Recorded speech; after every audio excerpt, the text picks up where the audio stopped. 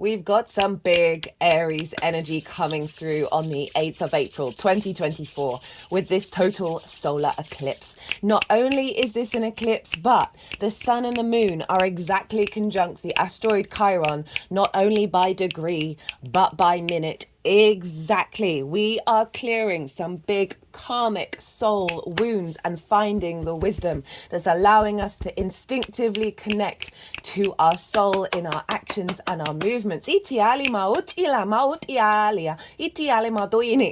and welcome. My name's Chloe. I work with card divination, astrology, and as you just heard, I channel multidimensional energies through my body. You just heard some vocal light language and you can see some physical light language. All of these energies are here to help us heal, attune, and bring in activation codes to help us be more integrated with our soul's energy in this incarnation. When I say your soul, I mean you, inherently you. All of these modalities I'll be working with in these readings to help bring us some clarity and understanding in regards to the astrology, some divination with the tarot, and also the subtle energetic fields of the channeling. Whether you're consciously aware of what's going on, these are in alignment with your higher self and with source. For those of you who know your time of birth and you know your natal chart, I really recommend you check out the sign that falls in the first house. This is called your rising sign, where your ascendant is. I will be reading for the signs as if they are the rising signs, so the astrology will link in closest with that. However, this does not invalidate you looking at any other part of your chart, perhaps where your sun and your moon are, because they are getting activated with this eclipse. Just look to wherever that sign falls in your natal chart, look to the house that it's in, and you want to apply the themes of that house as well as all the meaning you've got going on in that sign to the messages that come through. It will be as if that sign has moved to the first house, so the astrology will still link in. All right, I'm going to keep this introduction short and get on with reading for Gemini. Gemini rising. How you doing, Gemini? So I cut the deck 4 times before doing your reading. Got the 3 of Wands. This is the sun in Aries. Got the 5 of Cups, the 7 of Wands, that's been showing up for a lot of people, and then the 5 of Swords. And what this feels like is you are embarking on a new journey, that 3 of Wands, with a sense of confidence within you, because you're releasing a level of grief, you're releasing a level of conflict, and this feeling of competition and not valuing yourself.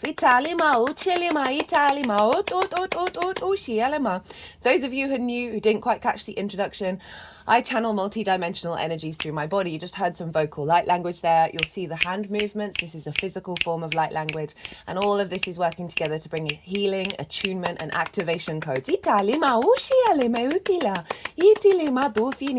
I just heard in my mind, while that transmission is coming through, that there's a level of strength that's coming in. A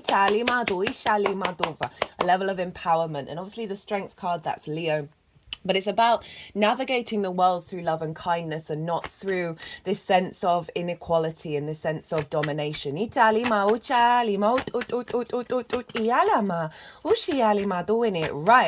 So those of you who don't have Gemini in the first house, look to where Gemini falls in your natal chart. Look to the house that it's in. Oh, sorry, I just got to sort this. This ring's feeling a bit funny.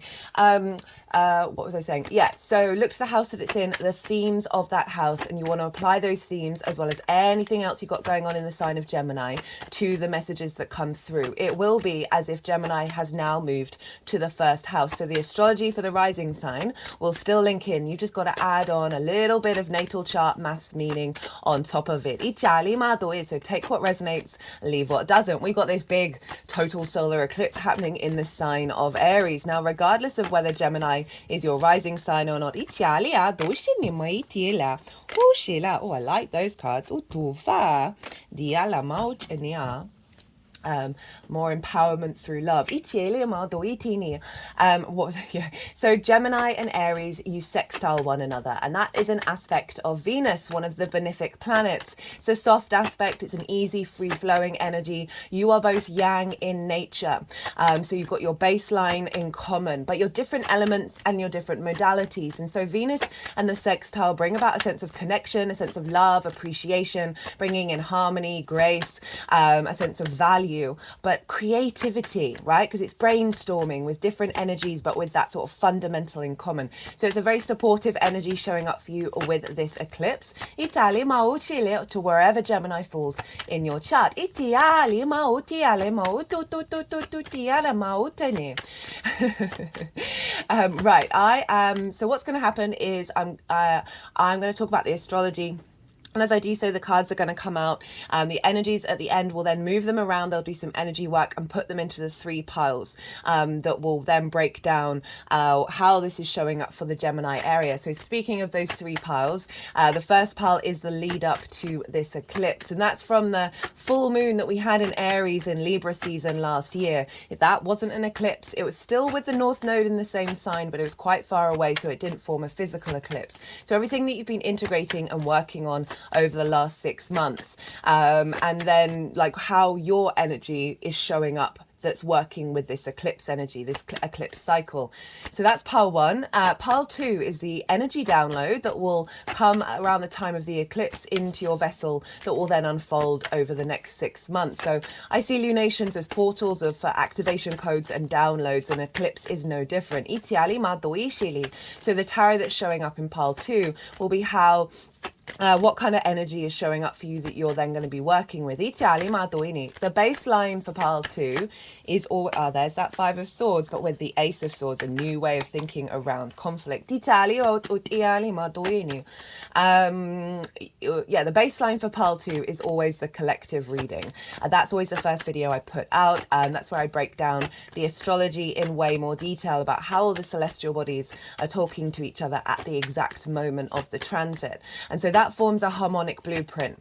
I also pulled a collective tarot reading. They wanted to use basically the whole deck, which was wild. Some really strong messages came out in that reading, some channeled messages. I love the collective readings. I get to be a bit more esoteric. I've talked about the journey that we've gone on since that hybrid eclipse in Aries that we had last year. Hybrid eclipses happen once every 10 years. And with each of the new moons, we've been working on a soul integration. And now this is the next level.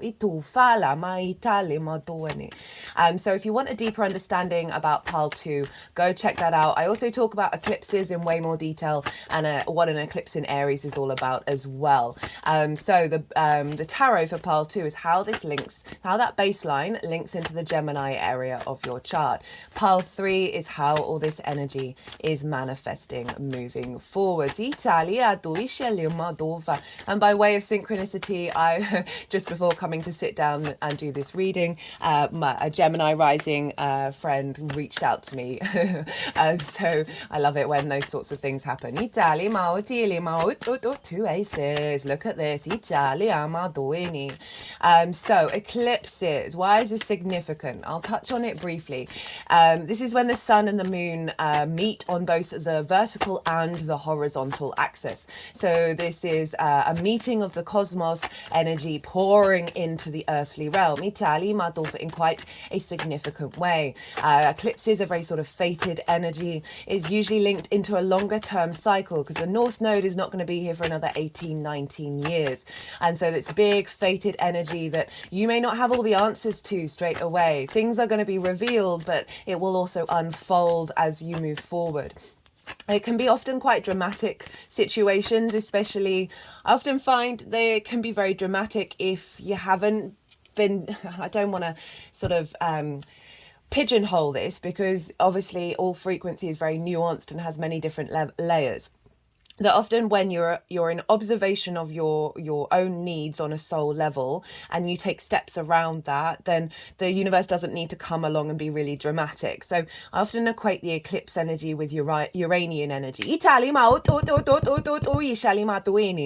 Uranus will shake up your life if your soul's unhappy. It happened to me. My whole life blew up. I was deeply unhappy in every area of my life, but I didn't have the energy to do anything about it. I was very sort of trapped in a cycle. I was very loyal to my last profession and my last employer, but it was weighing me down so heavily, and also lots of other areas of my life. And Uranus came along and blew that all up. Now, eclipses can be very similar, where there can be a situation that happens that you're like, what on earth is going on? But actually, as you see later on down the line, you're like, oh, that's taken me to this path. So it's a new moon, so we're dealing with beginnings, and often that can mean an ending of things. And in the lead up to this eclipse, you may have felt a lot of old paradigms come up to the surface because they're getting cleared out. I love this eclipse energy. I've really been enjoying doing this reading. It's very energetic. It's very enlivened, and there's a lot of liberation energy. So as this is a new moon, this is usually would be a time where we set intentions. It is my personal practice that I don't try and force anything, right? So throughout time, we've studied eclipses, we've tracked eclipses. It's one of the earliest things that we're aware of that have been written down. For our species. And they used to hide the monarch because of the eclipse energy. There was an awareness of the magnitude of it. Photosynthesis. Okay. Photosynthesis, there we go. Sometimes you just got to slow down a little bit. Plummets around eclipses, and it takes a while to get going again. And that's when plants create energy. Some certain spiders take down their webs before the eclipse and wait until the eclipse is passed before making a new one. Or there's this element of the impact on the 3D. If you think about the spider and the weaving, we spend a lot of our time weaving, manifesting, rituals, whatever it is, weaving our energy. And that sort of the taking down of the web is like, I'm not going to try and control the situation. So going back to what I was recommending, for me personally, I don't plan anything.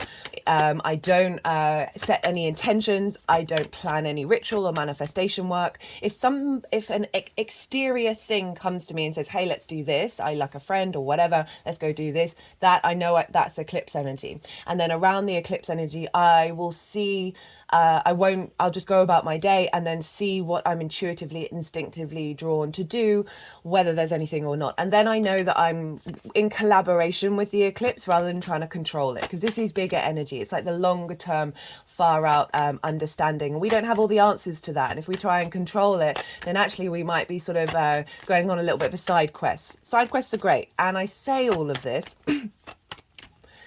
with the knowledge that you are a multifaceted, multidimensional being who is here. One of the reasons why we're here is to tap into our own intuition, our own instincts, rather than being told what to do. So do what is right for you. But I would just paraphrase, that's what I've seen work for me. So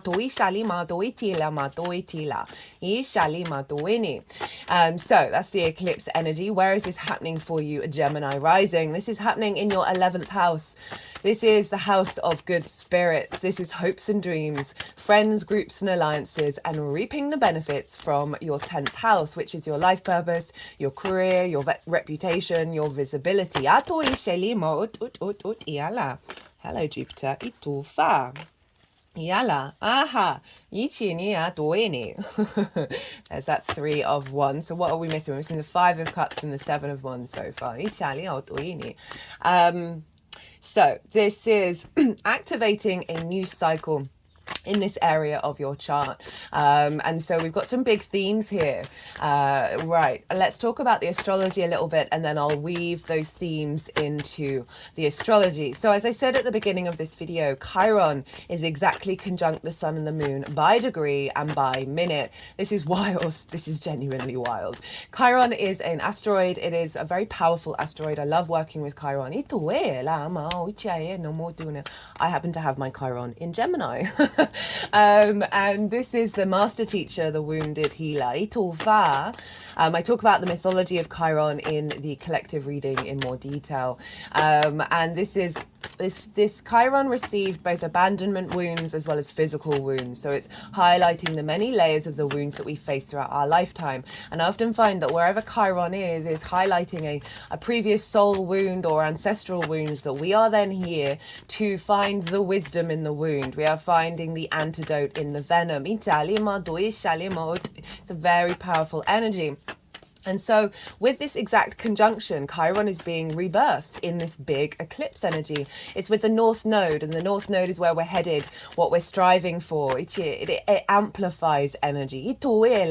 So this is, again, where we're headed, and this energy of the deep healing that's coming through with this is being amplified. And what I really feel with this one, we've had Chiron in Aries for a while, and so the transits of Chiron bring a particular focus for a couple of years in a certain sign, around autonomy, around our independence, our embodiment of our own experiences. Of the Aries energy. Aries is the first sign in the zodiac. It is the personal connection to fire, and fire in esoteric traditions is linked into spirit, is linked into source. And so this is the instigating energy of cardinal, of the spring equinox here in the northern hemisphere, of manifestation, of fertility, of this expansion, of going out into the world, of having that vitality within you to take action and move and grow. That's all Aries energy. And so Chiron has been bringing up wounds around our own autonomy. Collectively, we've seen that very, very loud over the last 4 years. And on a personal level, this is any wounds around your expression of self, where that's been diminished, where you haven't been able to access it, where it hasn't been visible. Of being able to go and take those actions and instigate new journeys. So this can be wounds around hopes and dreams not manifesting, of you perhaps being impinged by others or certain responsibilities that have stopped you from truly being able to tap into your manifestation. That's so funny. So the Gemini rising that I mentioned, they're putting on an event in a couple of weeks. They're a masseuse. They're doing a fascia workshop, and they were saying how they're not very good at promoting, and but with that mindset, they're probably not manifesting. And then 2 people in the group chat, myself included, booked tickets to it. And there's this sense of the dream being impinged by the mindset. Aries rules the head.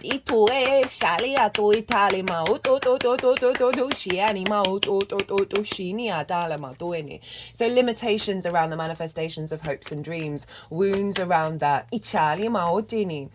wounds around interacting with friends, groups and alliances. Aries can be very hot-headed, kind of my way or the highway. These are some of the unintegrated energies of Aries, which we're here to transmute, of like allowing ourselves to be independent and autonomous, but not denying our social connection and not always instigating conflict. Speaking of which, I've done a nodal transit series. Just saw your card, just cut the deck. It was King of Swords, Ace of Wands. Oh, my brain just keeps dumping things. And the Lover's card, Ishialima Doi, a new mindset of passion, Italima, that's allowing you to make better choices. Italima, and a sense of union with others. Itala Doini. So I was saying, I've done a nodal transit series that I did when the nodes went into these signs. And that's where I break down the overall themes for each of the signs for the North Node in Aries, South Node in Libra. I talk in that Gemini reading. I would have talked about the significance of the North Node in the 11th and the South Node in the 5th in way more detail, and also in the introductions I talk about the North Node in Aries in general, South Node in Libra, and how the nodes work together. They are this part of the same thing. So what was I saying? Yeah, so a shift of wounds around perhaps bringing, always finding perhaps that there might be a slight level of conflict in your expression of your individuality.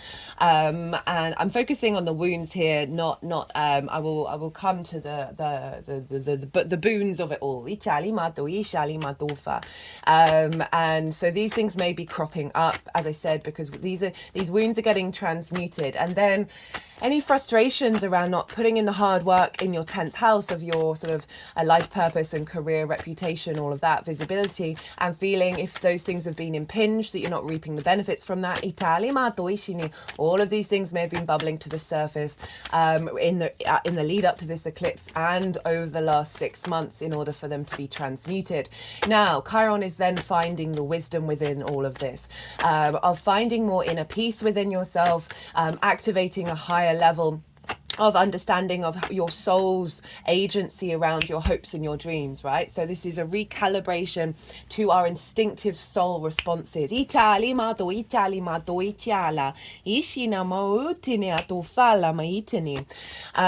also the wisdom that you can share with friends, groups and alliances. Aries in the 11th, you're very good at instigating things in groups. You're very sort of empowered. There's a leadership quality. There's a sense of people appreciating your independence and your sovereignty. All of these are being amplified. Activating a new journey of connecting to the benefits of your 10th house that's allowing you to hope and dream in a different dynamic. You could also see this as the groups. You know, just thinking of my friend who's doing the group thing, of groups being more receptive to the wisdom that you have to share, and therefore that's going to have a feedback loop of reaping those benefits. Now, Mercury is retrograde at the time of this eclipse. I've done a Mercury retrograde series. That was the last series that I did. Really enjoyed that. That is very closely tied in. That's 3 aces. There's that 5 of cups. Sorry, whenever they cut the deck, my brain sort of goes squiffy. What was I saying? Oh, Mercury retrograde. Yeah, so that retrograde is very tied into this eclipse cycle. It's very tied into Chiron. So you might want to check that out if you want an understanding of the retrograde, and also how that links into this eclipse. But I'll touch on it briefly. So Mercury's retrograde. Retrogrades, they go back and forth over the same degrees 3 times. So there's this element of non-linear thinking with Mercury retrograde, of our ability to instinctively tap into the wisdom of our past, our present and our future, in order to heal all of these things and activate a new hero's journey, a new fool's journey. Of experiencing through a sense of completeness, rather than fracture. Mercury retrograde also brings depth and nuance. So there's a real sense of you expressing different pathways, new wisdom coming through that's very unique to yourself, to friends, groups and alliances, thinking differently around your hopes and dreams. That's activating a more healed understanding and a more elevated wisdom space around your soul's journey, your soul's expansion. All of this energy is sextiling your Gemini energy. So this is for Gemini risings, that's your first house, how you embody your sun or your moon in your actions and your deeds. All depends if you've got a day or a night chart, which luminary is sharing the wisdom with your navigator, which is your ascendant, of where to go, where we're going, where we're headed. And the navigator is the lens in which you move to that point.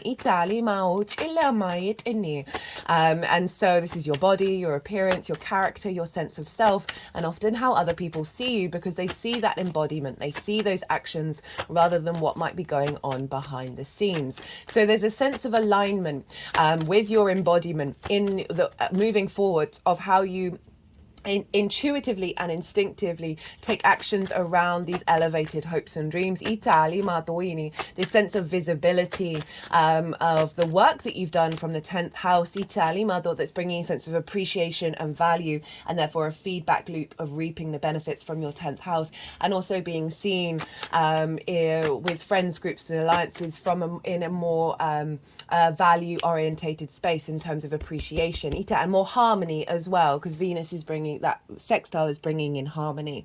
There's also a sense of a recalibration around knowing yourself in regards to any wounds you've had, perhaps of isolation from groups or other people's opinions. These are being shifted, and it's freeing some energy up in your embodiment. To do things in a different way. I've certainly noticed with this Mercury retrograde, not only have there been some difficulties, right? I've had to restart all of these videos, the introductions, way more than I have done in probably at least 6 months. But also I've really noticed that instinctively I've just been doing things that I do, like habitual things, in slightly different ways. And I'm not trying to control it. It's very instinctive. Fire is incredibly instinctive. And I've really seen the power of that Mercury.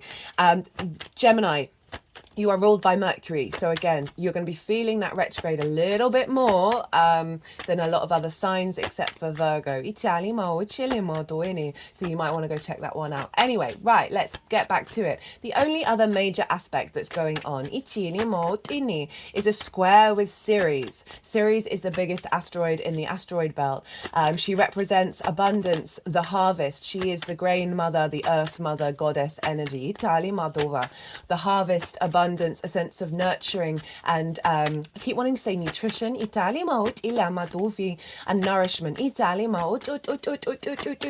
she's over in the sign of Capricorn. And so this is squaring that Aries energy. And Capricorn for you Gemini risings, this is in your 8th house. And this is a house of transformation. This is about the outside world's resources. This can be mortgages, loans, car insurance, taxes, bonuses, commissions, as well as inheritance, both 3D and cosmic inheritance, because it's dealing with the outside world's resources, as well as sort of like more one-off payments, rather than regular things. It's linked into relationship dynamics, the give and exchange between anything other than yourself, time, money, energies, intimacy, ideas. It is a very spiritual house. It's a very magical house, because this is your relationship dynamic with source, right? So it's how we can have codependency, we can have scarcity complexes here, we can take too much, we can have resentment of not getting what we think we need. And it's the reason why it's transformation, one of the reasons why it's transformation. It's also the house of death, but we don't, that's a very rare thing that comes up in both astrology and the tarot.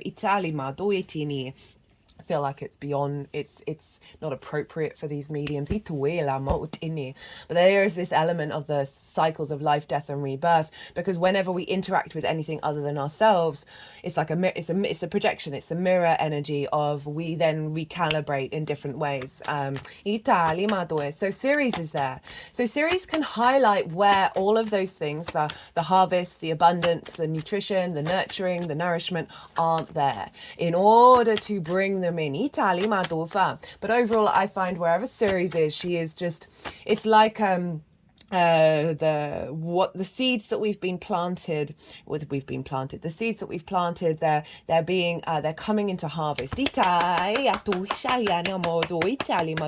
We're receiving more nourishment from the outside world. In this case, for you Gemini risings, you're receiving more nourishment in relationship dynamics, and also you are putting that nourishment back into it, rather than the sort of the separation or the scarcity. And it's squaring this eclipse. So this is squares are an aspect of Mars. Mars, obviously, god of war, can bring up conflict, drama, frustration, and winning at all costs. But Mars is also a builder. The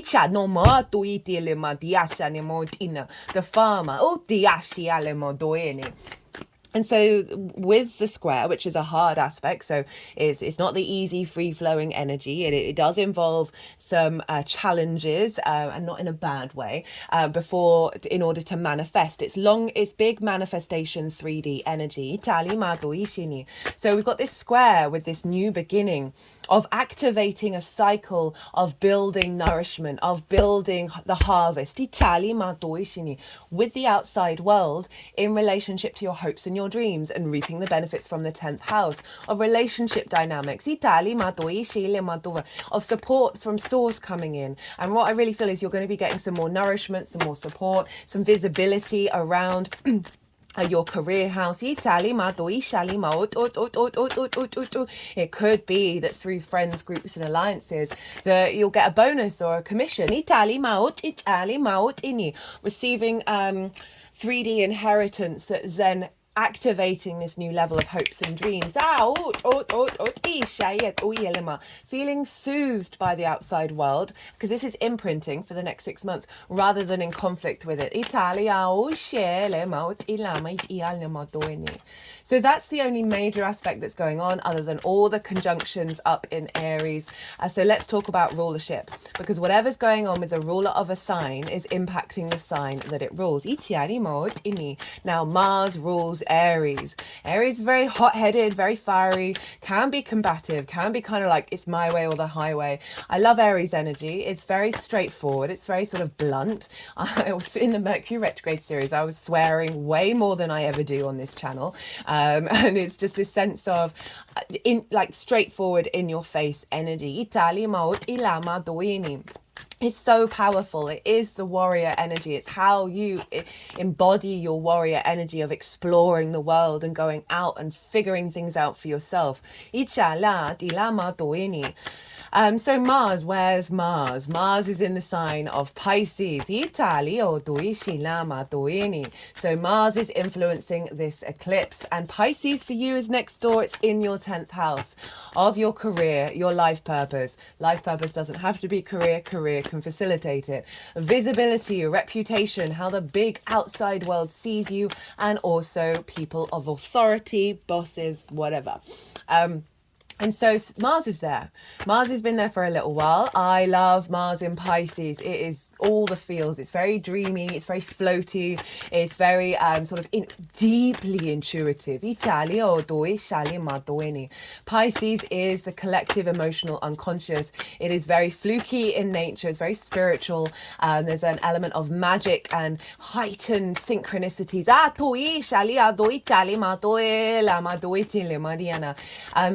Understanding that all rivers lead to the same ocean, that sort of unconditional empathetic energy, and also honoring the duality of light and dark, and not trying to hide from it. Or separate. And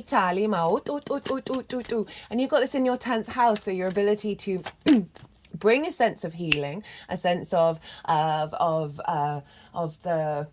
the very sort of open energy of Pisces to your life purpose, to your career. You'll find that through synchronicity, through magic, this will get activated.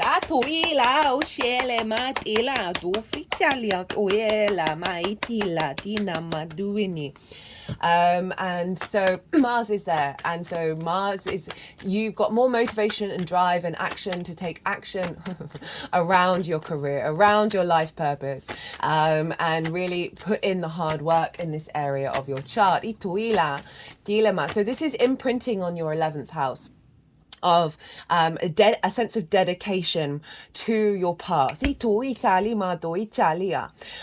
through the Mars energy of being able to intuitively move and activate these things, this is then feeding into strengthening this eclipse for you. I feel that particularly around hopes and dreams, as well as friends, groups and alliances, seeing the visibility of the work that you do. And reconfirming that sort of connection with reaping the benefits.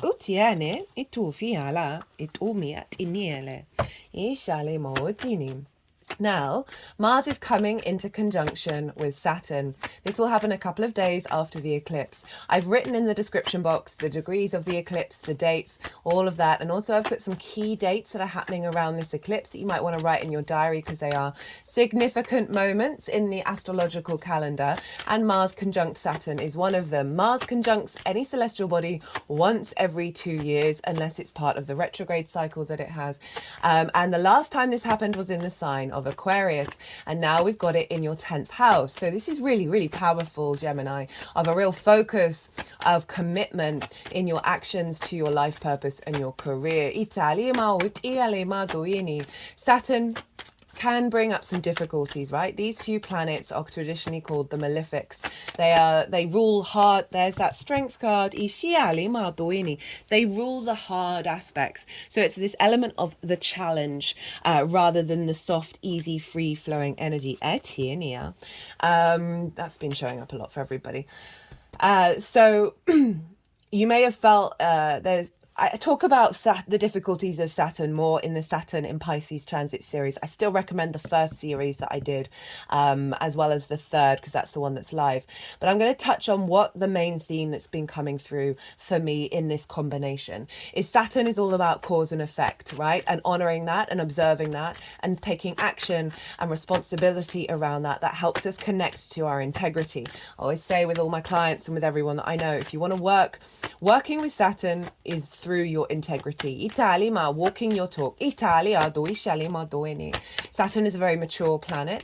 It is about responsibility. It is, and that's not a bad thing. It's really not a bad thing. It's our mindset around it. It's about our commitment to our legacy via our integrity.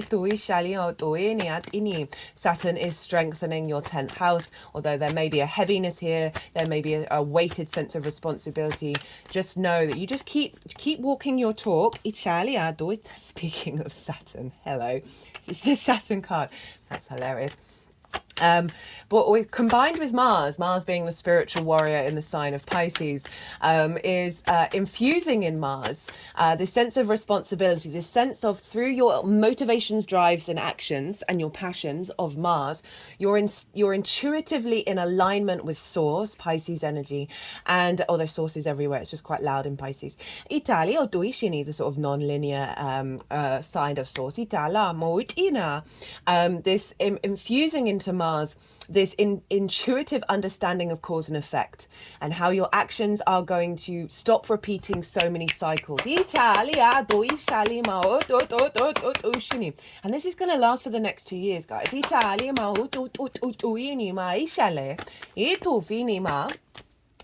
And have a sense of responsibility and maturity around your actions with your career and your life purpose. And Saturn in Pisces is giving structure to the magic. So you're going to see the synchronicities pop off, right? It's going to be very loud. I just feel it's going to be very loud. But it's a recalibration to the alignment of your soul's purpose. And when I say your soul, I mean you. It is you. You're not separate from it. That because this is the collective unconscious of Pisces, and it's influencing this Chiron energy of the individual wounds, it's transmuting into the collective wounds as well. It's then freeing up a lot of space for us to then be more in alignment and more attuned to the abundance. The magic.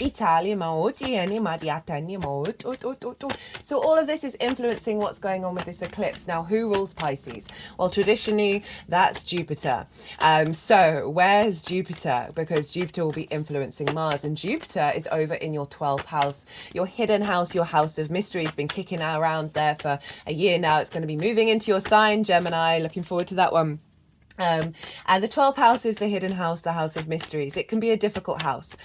This is where the unconscious spaces are. And in those unconscious spaces, for a lot of us, we've got trauma responses and limiting beliefs. And this kicks up anxiety, depression, loss, grief, isolation, some difficult energies that we can often find, we can struggle to integrate. It's a sign that it's a house that's behind the scenes. It can feel very, very personal to us, but not necessarily we struggle to integrate it with the rest of the chart. Again, I always say, try and work on your 12th house. It will rebalance everything else. And while it may feel very personal, it can also feel out of reach. So there's lots of paradoxes over in the 12th. Underneath all of that is the magic of your soul. This is a very, very magical house. The occult, the hidden, the unseen. And so Jupiter's expanding there. Love Jupiter in the 12th because it's giving you, Jupiter represents a sense of a bringing together of parts in order to elevate and expand and bring wisdom and a sense of knowing, a sense of faith. And with that comes confidence, a rooted confidence. That allows more generosity of spirit, and opens up to opportunities and abundance. And so Jupiter's been doing a number there in your 12th house of helping you work through any mental health issues, any trauma responses, all of that, connecting the dots, finding the wisdom within them, and elevating that, as well as elevating your connection to the magic of your soul. So Jupiter's influencing Mars and therefore influencing this eclipse. So again, hello Taurus. Whoa, the synchronicities with this. They just did some healing work with that. So Jupiter's been doing a lot of healing work for you around these things, and it's influencing any limiting beliefs, any trauma responses that have blocked your life purpose and your career. And it's activating the magic to infuse that into the new cycle. That's impacting the elevation of your hopes and your dreams, the activations of that you're taking action to support that, of any blockages around scarcity and a lack of value that have stopped you reaping the benefits from your 10th house, or isolation around hopes and friends and groups and all of that. Again, Jupiter is really infusing a very positive energy into Mars and therefore into this eclipse. And it's in the sign of Taurus, which is the Hierophant card, which came out. And this is ruled by Venus. And Venus, so we want to look to where Venus is, because Venus is impacting Jupiter and therefore impacting Mars and therefore impacting this eclipse. And where's Venus? Well, she just moved into Aries. She moved into Aries early hours today on Friday. I'm recording this. This is on Venus's day. Very fiery, very passionate, very magnetic. And she's moved into the sign of Aries, which is wonderful for us all because Venus represents love, connection, appreciation, value, a sense of harmony, of grace, of diplomacy, of creativity, of charm. And so she's bringing charm to this very, very fiery eclipse. Venus in the 11th sees you being, adding that charm of yourself into friends, groups and alliances. So more connection, more harmony. You're wanting to reach out and connect to friends, groups and alliances. You can often see getting some booning come in from your 10th house, as well as connecting the dots and getting creative around your hopes and dreams. And so this is imprinting in the eclipse energy, which will then unfold. So Venus is bringing that charm factor to a very fiery eclipse, and this is really serving us all in terms of where we're headed with the North Node, which is for us to be autonomous individual beings, and then with the South Node, but not denying and refining our social connections. So we're not people pleasing. So we've got an alignment here that's incredibly powerful and exactly what we need as a collective right now. Obviously Mars rules Aries. So Mars is influencing Venus, is saying, hey, let's get this in alignment with the actions that I'm taking around the career and the life purpose. So you've got a real strong link here. What I love about all of this is Aries can be very feisty. It's ruled by, traditionally, the god of war. The two malefics are conjunct one another. I talked in the collective reading about perhaps some of the more difficult aspects of that may pop up in the collective. There may be difficult aspects that pop up on an individual level. And if there's like impinging authority, Saturn, restrictions and limitations with conflict and frustration and ego with those two combinations. So be mindful of that. But it's not the main message I'm getting with any of this, because those two malefics are in the sign of Jupiter. Jupiter is a yes planet. Jupiter is a benefic planet. And Jupiter's in Venus's sign, which is also a benefic planet. So we've got the two benefics influencing the two malefics, influencing this eclipse. So even though it is very fiery, could be very independent, could be very contrary, cutting off its nose to spite its face, we are being soothed by Taurus and Pisces and Jupiter and Venus. This yin energy that is supporting and nourishing this reactivation of our soul through our instinctive energy. I will say very, very quickly that Jupiter is coming into conjunction with Uranus. This is going to happen on the 20th of April. That's going to be the next series that I do. I might do a little Mars Saturn series, all depends how much time I've got. But the Jupiter Uranus transit happens once every 14 years or so. So this is wild. This is huge. I cannot wait to read for this. This is absolutely massive. And Jupiter, the wisdom, the elevation, the generosity, the expansion, Uranus, the innovative, inventor, the liberator of your soul, the breaking out of old pathways, old patterns. And so we've got this real sense of liberation, even your unconscious, activating a heightened embodiment of your own magic. Clearing of blocks that have stopped you from being able to fully bring in this career and manifestation. Of your hopes and your dreams. And all of this is influencing very harmoniously your rising sign, your Gemini energy of the embodiment of all of this. Now that is pretty much everything that I wanted to say. Where are we at? Okay. Look to where your sun and your moon are in your natal chart. Look to the house that they're in and the themes of that house. Of those houses. What was I going to say? Those themes are likely to show up. Eating. This card has kept wanting to come out and I've been ignoring it. Yeah, look to those themes because those themes are likely to show up with these new beginnings in regards to this eclipse. If this was a new moon, I'd say incorporate those themes into your intentions and your manifestation. Do what's right for you, obviously, 100%. But I'm just saying it in order for you to have a little bit more of a personal understanding of how this eclipse is showing up in regards to this general reading. Right, so I'm going to go consciously quiet. I'm going to soften my mind. The energies that I work with, they're going to move through me. They're going to move all the cards around, they're going to do some energy work, and then they'll put the cards into the 3 piles, and that's when I'll bring the tarot into the astrology. I call you to soften your mind as well. You just had loads of information thrown at you. Let that all settle and then see what your intuition brings up as we do this little bit of channeling. Yala mautiana ut ut ut ut ut ut ut. Aries rolls their head, by the way. Feels like they're clearing out scarcity, lack of resources, feeling left out in the cold, energy from the head.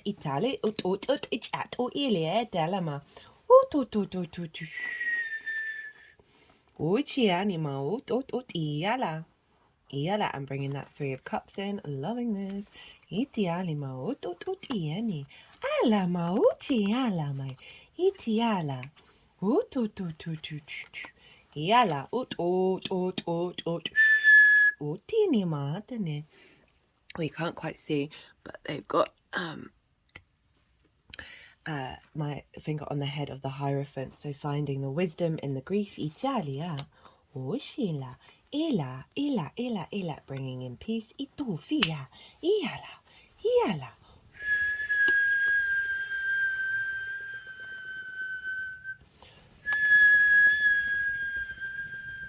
Tiala, Ushiala, Ilama, Ututu, Ilama, Utumi, Itialama. Okay, they haven't done this before in any of the readings yet. So all these oracle cards, I always pull them before doing a transit. I will be doing the oracle reading when I've finished Taurus, who's the next reading that I'm going to do. And this card, so you might want to come back and check that out, is the Order of Melchizedek. I've said that wrong. Embraced by light, mission uncovered, don't give up. Itui shili, ilama doitiala, ilama uchuchieni, itana. Oh, 3, 5. You got all 4 5s. Whoa. I said I would go quiet, but pichalima ututuela. Ufa, ushushine. Atoilima, ialema. Ushinia, ola, dushieni matinia, otiniala, ialama ushini, ela, Ela, ela, ela. They're putting it over the solar plexus here. Itialima. Ushini matiala. Uishini. Otonima. Itenema. Itina. Alama, alema, alema, alema, alema. It feels like they're going backwards in time to heal some wounds. Italima, otishianiato, ela, itiniato, shnitunama, itala, hushini, hushini, hushini, hushini, otoshia, hufini, atala, ianiodo, ishanima, otiani, itiala, itili, shitialema, oene, ala. Ela, ela mautinia. Itu fala. Tinimoyela ma ot. Di shali ala ma dueni ala. Iala itila ma ituli. Itiala ot. Clearing through some burdens there. Okay, so I've been trying to incorporate very, very quickly what's going on here. You've got those four fives there with the Knight of Pentacles and the Page of Cups and the Six of Swords. So this is you've been going and recalibrating through a journey of conflict, and you've been putting in the dedication with that and finding new pathways, finding new voices. Itali Madoini. I've not said voices before. We've got the Three of Wands. This is activating a new cycle where you're feeling more confident and more secure in yourself. Italia Adolfo. A new journey with that Fool. Again, that strength. You know, I mentioned strength at the beginning. Of the sense of love and kindness, of this recalibration of your mindset that's coming from a place of love and acknowledging that fate is shifting. That's bringing in more harmony, more flow, rather than all of this conflict. King of Pentacles, High Priestess. You know, we've got some really powerful cards that are taking you into actions that are bringing about a sense of true victory, of wisdom, of knowing yourself. Opportunities come in that is moving away from feeling like you're always on the defensive and that you're exhausted and you're alone. King of Wands, Knight of Wands, this embodiment, your ability to take action based on this new soul frequency. Yeah? And when I say new, it's always been there within you. Ella. Itiale ma uini dala itumia la ma itinia otonia tu fitinia la oceania ma otinia tu fitinia ma itile ma tu finia tini ele ma itini oceania etile ma ototinia tu fiana. Been helping get to know yourself. Ishiala. Ishialama itini atina. Oishini atina ma otototiele. Shela tisheni ma utumitila. Nichini ma itutu fila etini. Yata na itiala to fili ela. Itu fini yatina. Wala. Wala ituela. Utufalaina. I'm just going to pause for a second. I've got a bit of a tickle coming up. Edia lama utiania otuela. Ushini atala. Itala ma uishenia.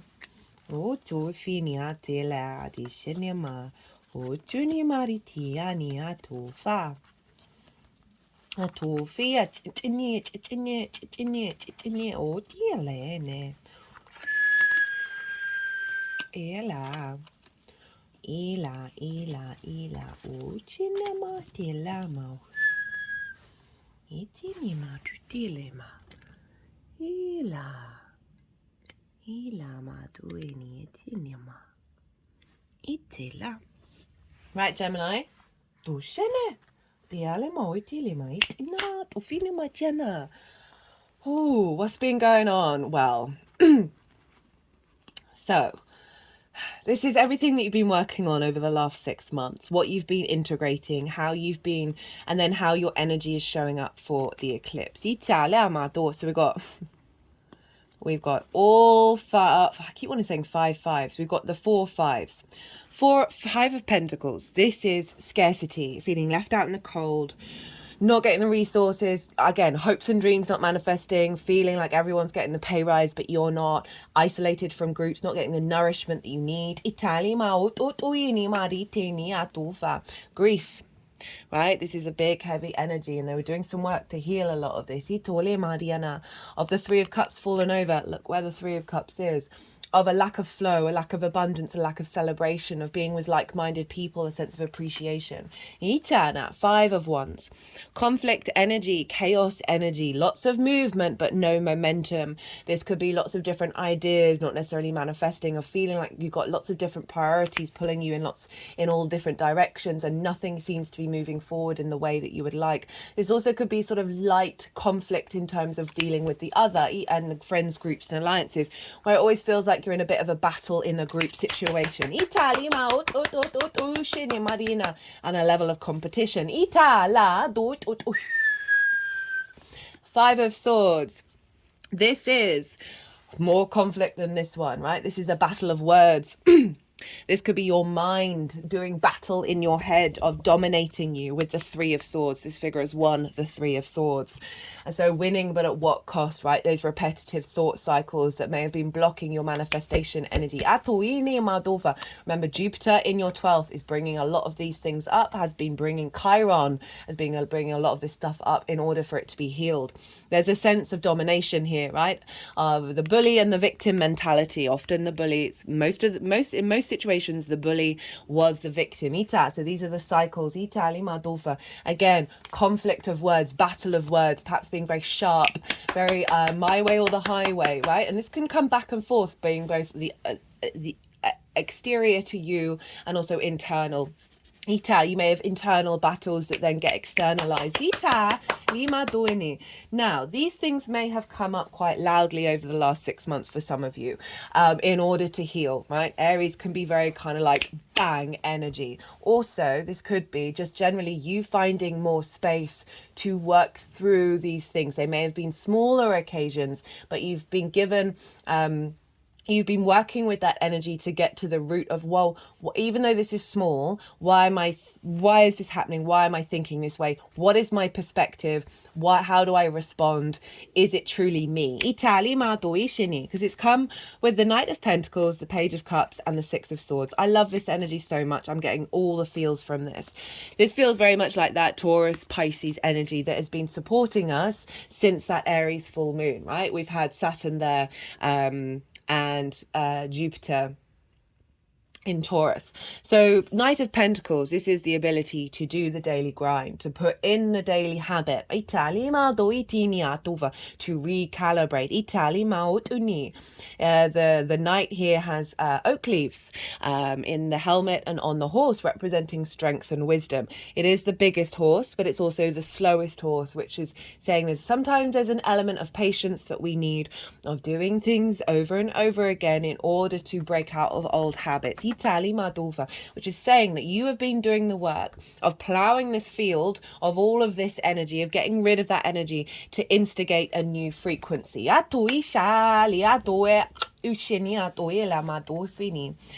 also this can be, just like making those steps towards your hopes and your dreams, still putting in the effort of activating that 11th house, even if there may have been some difficulties come up as you do so. There's a devotion and a dedication here.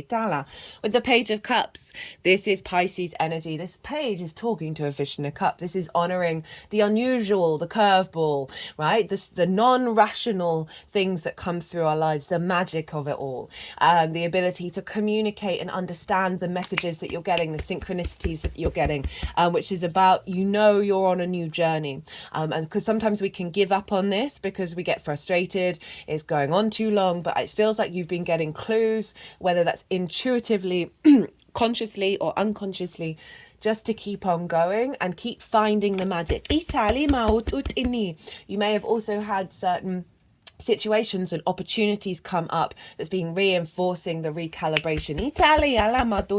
Pages are really excitable. They've just got into the court. They are so happy to be there. There's an element of the youthful, of the apprenticeship energy, and I love it when they show up because it's saying that a fresh new energy is coming in. Of a new way of you connecting to releasing of those 4 5s. It's coming from a place of love, coming from your intuition, from a place of new creativity, from a sense of emotional playfulness rather than a heaviness. We got it with the Six of Swords. This is about honoring this limbo phase. Itali madoini. We've got the rocky waves, and this is saying, acknowledging you've come from some difficult energy, but you're heading into the calmer landscape. Look how calm the water is of where they're headed. You're not quite at the new shore yet, but you are on this journey taking with you perspectives that you know are going to serve you in the new calmer waters, that are going to help you thrive. So it's going beyond that Five of Swords of conflict. Itali madoini. So how your energy is showing up working with this eclipse cycle. We've got the Three of Wands. This is the Sun in Aries, and we've got the Strength card. This figure is standing on a hilltop representing the higher perspective. They've got armor on. They're in sort of very regal clothing. It represents protection and confidence within yourself of this new journey you're embarking on, right? You've done the groundwork. You've cleared the field, and now the ships are going out, you're going out on a new journey, but you're very confident within it. It's bringing in this level of I am who I am, and rather than the very combative sort of chaos energy that you've worked through. Italima. And I love that Strength has shown up of saying, you're going to be tackling this energy, this eclipse energy, through a sense of love and kindness. So we've got our mammalian side with our higher self. Then they're working together through love. They're not trying to dominate one another, which a lot of those cards can represent, a sense of hierarchy. They are honoring each other's experience. They're being vulnerable with each other, and they're allowing that vulnerability to become their strength. But what this is saying is that you are navigating this eclipse energy with a sense of confidence and a sense of balance and harmony. Leo is also in your third house of communication and your day-to-day, right? Your environment, the things you do on a day-to-day basis, and how you find meaning on a day-to-day. So this could very much be about you're going to be able to implement the activation of the 11th in your day-to-day and the way that you communicate. So communicating in a less combative way. Or at the very least communicating, because it can be you're not even communicating in a combative way, but because it's Aries that we're bringing in here, it is received in a sort of, people get their defenses up, they feel like they might be being attacked. That's not going to be for everybody. And then bringing in a sense of harmony with that. Okay, so for the energy of this eclipse, what's being downloaded into your vessel? Three Pentacles. Oh, three Aces. Honestly, this Mercury retrograde, I don't like to blame things on it, but you really can tell the difference sometimes. Like, I've been calling things swords when, yeah, anyway, words. It's irrelevant. It's not really. Chloe. So, how this energy is going to download into your vessel and how it's going to unfold, right? This is your blueprint. We've got the Wheel of Fortune. This is Jupiter. So the Jupiter energy of abundance and a sense of opportunities is represented in the Wheel of Fortune of collectively, I think nearly every sign has got this card. There's quite a few collective cards that is more so than any other transit that I've done in a while. That it's really acknowledging the big fated shift that's happening, where we are no longer at the bottom of the wheel, we are turning upright, right? Circumstances are changing, frequencies are changing. This, Jupiter over in your 12th of a realignment of those unconscious spaces to bring in abundance. I keep rocking the head back and forth. With the Fool, so with this new embodiment of a sense of generosity and abundance rather than all of that conflict, man, right? This is the Fool. This is been one of our collective cards. This is starting on a new journey from the heart space, right? The Fool, the chest is really far forward. We're operating from the heart. Leo rules the heart. There's a sense of curiosity in life rather than the weight of repeating old cycles. So there's a real sense of an activation of the soul embodying in the world. With the King of Pentacles. So this is saying you're going to be able to take action that's bringing abundance into your life, right? A real sense of manifestation in the 3D world. There may be opportunities, there may be through your actions you're just reaping more benefits. You're able to make steps that bring abundance in regards to your hopes and your dreams, being able to bring abundance to friends, groups and alliances. Got the High Priestess. Again, this is another one of the collective cards that's shown up for nearly every single sign, and this is, I think she has shown up for every single. This is acknowledging to the fact that the moon is covering the sun. Is the moon this is the moon's card. This is our intuition, our emotional body, our nourishment. How do we nourish ourselves? How do we nourish others? Where are our needs being met or not being met? This is our higher self manifest. She draws towards her that which serves and nourishes her soul. We've got the pomegranates in the background, which represent fertility. So this is saying that imprint of the moon on this total solar eclipse is activating a heightened clarity of our instinctive soul higher self in what we're doing. So it's bringing a sense of a calm, a sense of faith through our instincts, rather than the fear mindset, the worry, the control, all of that. This is, for us collectively, is really imprinting in us, of not worrying if we've made the wrong decisions, worrying about certain things. This is knowing, okay, I'm still taking action, I'm still doing the things, but I know that through my embodiment of self, I am drawing towards me that which brings me nourishment, fertility, and abundance. We got it with the 9 of Wands in reverse. This is also another collective card that's shown up. 9 of Wands, exhausted, burnt out, alone, on the defensive, right? There's the wounded warrior kind of energy here. I always say with the 9 of Wands, do you need to engage? Right? So you may have faced a lot of conflict. A lot of people may have been coming at you, right? Then then that gets ingrained in our psyche. And so we then keep expecting that to show up, and then it does. Rather than simply turning around and going and getting on with you, right? Rather than being this mindset, this is in reverse. So the reversal of that is happening. You're releasing that weight of like fists up and ready to roll, of being like, no, I'm not engaging. I don't need to engage. There's a revitalization of energy as well. So again, that sort of conflict with friends, groups and alliances, or feeling like, it doesn't matter what I do, certain situations bring conflict into my hopes and dreams. It means I'm just constantly in a state of defensive rather than building mode. Mariana.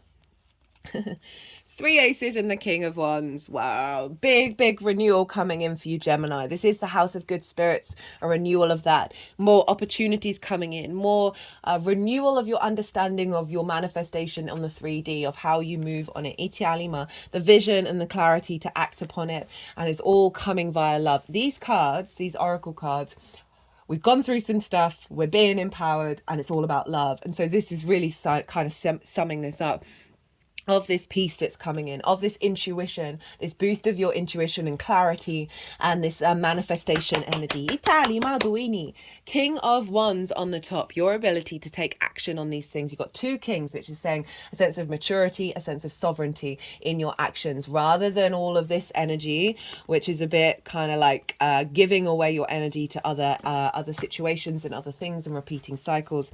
You're now activating a new cycle. The King of Wands looks like it's about to just leap off that throne. There is movement here. There's a sense of, through this upgrade, this activation code, you are finding your instinctive actions are taking you to manifest. Now we got the the Knight of Wands, and the World card wanted to go over it. This is the embodiment of this energy, the Knight of Wands. Again, very protected of how you move through the world, of how you activate and take steps around your hopes and your dreams, of how you share your wisdom to friends, groups and alliances, allowing more movement. So for some of you, this could be reaping your benefits, which means you can go out and do, from the 10th house, go out and do more things, take more action, build on whatever, on your hopes and dreams and what you're doing. Italima, with the world, know thyself and the world will open up to you. This is Saturn, right? There's a real sense of embodiment of self that's ridding you of certain boundaries and restrictions, getting to the core root of who you are, which clears space and allows more co-creation and abundance to come in. So overall, just saying, an open, the more that you're knowing yourself in this cycle, think of Ceres over in the 8th house of the outside world's resources, facilitating this new journey. Marina, how this energy is manifesting moving forwards. We've got the Hierophant, we've got Taurus energy, the 4 of Pentacles, the Chariot. This is Cancer, of your values, of your resources, your skills and your tools. 10 of Cups, 3 of Cups, great cards. embodied wisdom, commitment to this energy, a sense of being received by others. Right?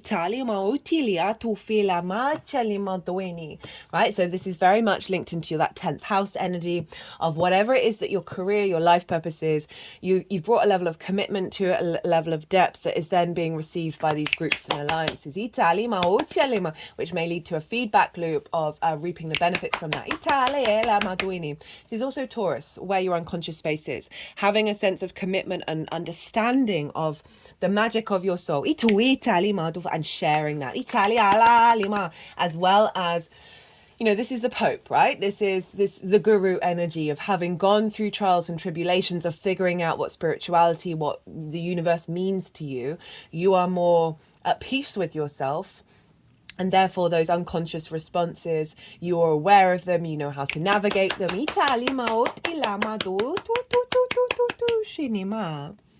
Four of Pentacles. Love the Four of Pentacles. This figure has a crown on, representing sovereignty.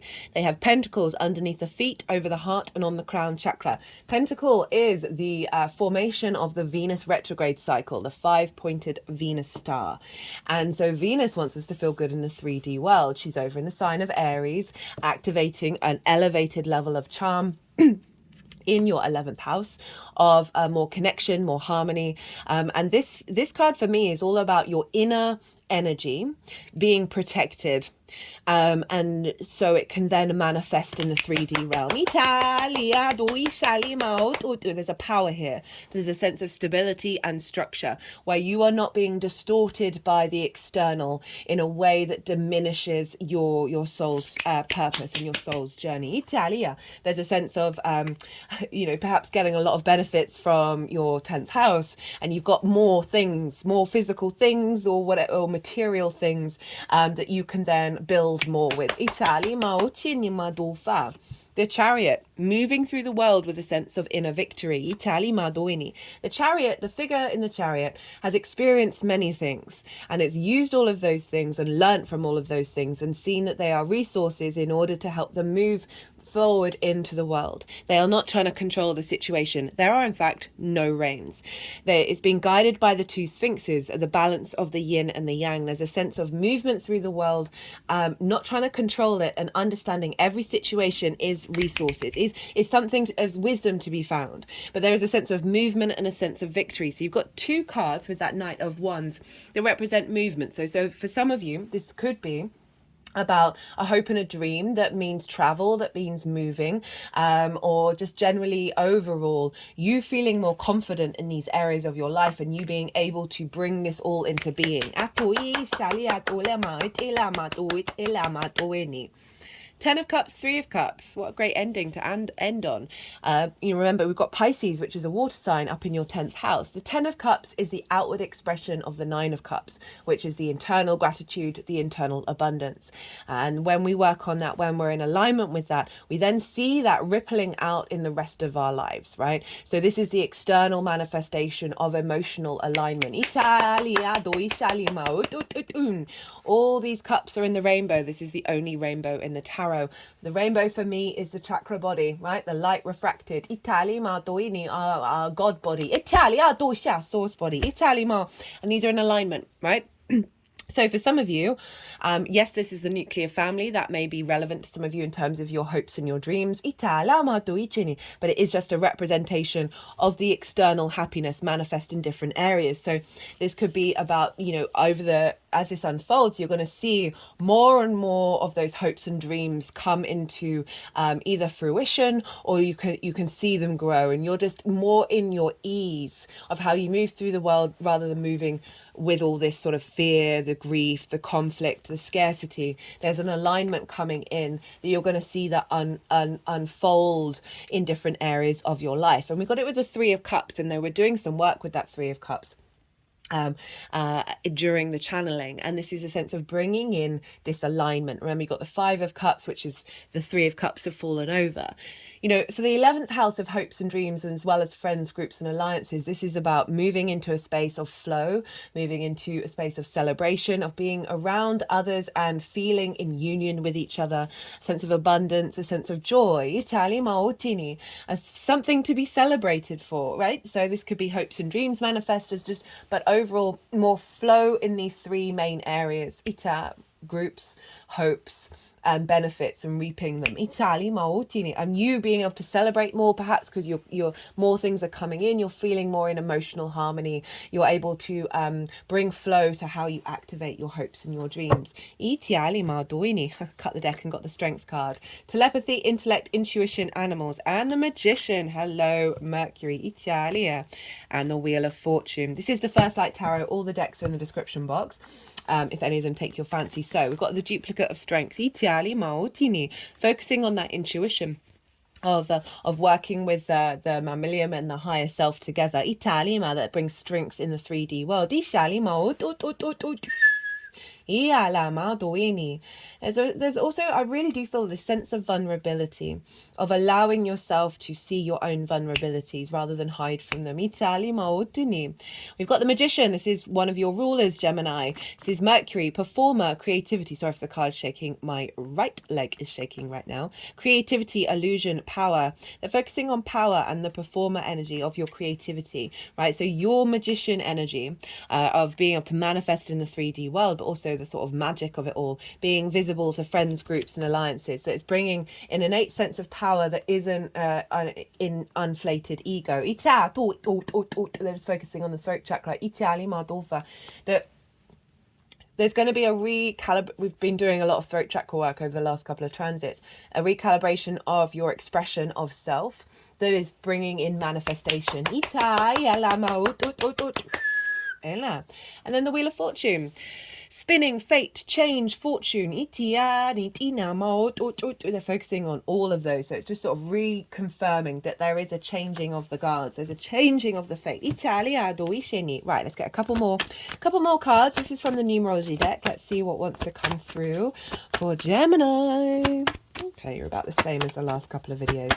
Goodness me, honestly, I know it's eclipses, so I'm not, I've been trying to keep these videos shorter, but I'm so aware this is quite a powerful eclipse. I'm so mindful always, speaking of a new moon solar eclipse, new beginnings, I'm so manifestation. I'm so aware of your time and your energy, and trust me, I do try and keep these as short as I can. I've just got a lot to say. I love nuance, I love context, I can't help myself. Thank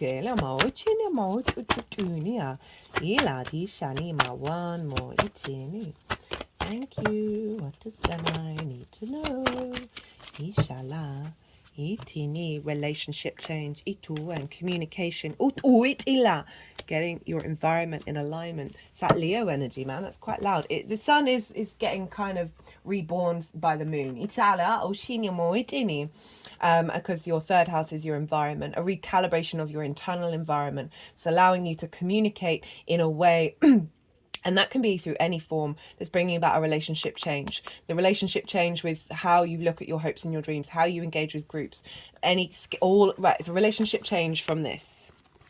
From this, basically. Itala, which is leading to a heightened level of manifestation. Right,